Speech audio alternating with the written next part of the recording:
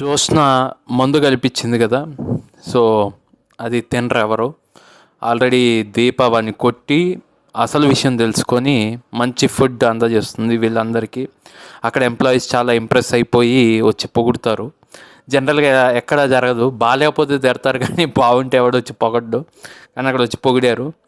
వాడు ఎవడో software employee ఇంతలా ఉన్నాడు, సాఫ్ట్వేర్ కదా విజయ్ కంపెనీ ఎంప్లాయీ ఇంతలా ఉన్నాడు, వాడు వచ్చి ఇంకా తింటా నేను రేపటి నుంచి ఇలానే పెట్టండి అన్నాడు. బాబు ఒబిసిటీ వచ్చి పోతావురా బాబు, మరి ఎక్కువ తినకు.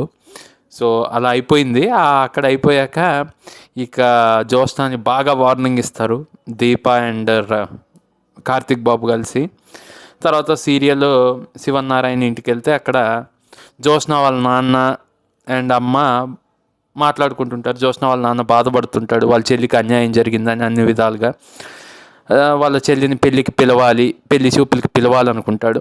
వాళ్ళ అమ్మ వద్దు అంటుంది, ఎందుకంటే కార్తీక్ని ప్రేమించిన విషయం గౌతమ్కి తెలుసు కాబట్టి వద్దు అంటుంది.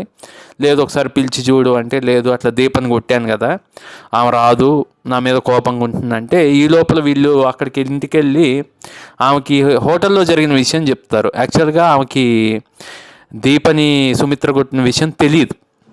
సో ఆమె దానివల్ల కోపంగా మాట్లాడుతుంటే దీపని కొట్టినందుకు కోపంగా మాట్లాడుతుందేమో అనుకుంటుంది ఈమె కాంచన, అందుకని కోపంగా మాట్లాడుతుందని సుమిత్ర అనుకుంటుంది. సో తర్వాత విషయం చెప్పంగానే ఆనందపడుతుంది, ఎందుకంటే వాళ్ళకి ఇంకేం ప్రాబ్లమ్స్ ఉందో జ్యోత్స్న సైడ్ నుంచి అనుకుంటారు. సో అలా అయిపోయింది అనమాట సీరియల్. సో నిజంగా జ్యోత్స్న పెళ్లి చేసుకుంటుంది అనుకుంటున్నారా ఆ వేస్ట్ ఫెలో గౌతమ్ని? నేనైతే చేసుకోదనుకుంటున్నాను. మీ కమెంట్స్ ఏంటో కమెంట్ సెక్షన్లో పెట్టండి. బాయ్.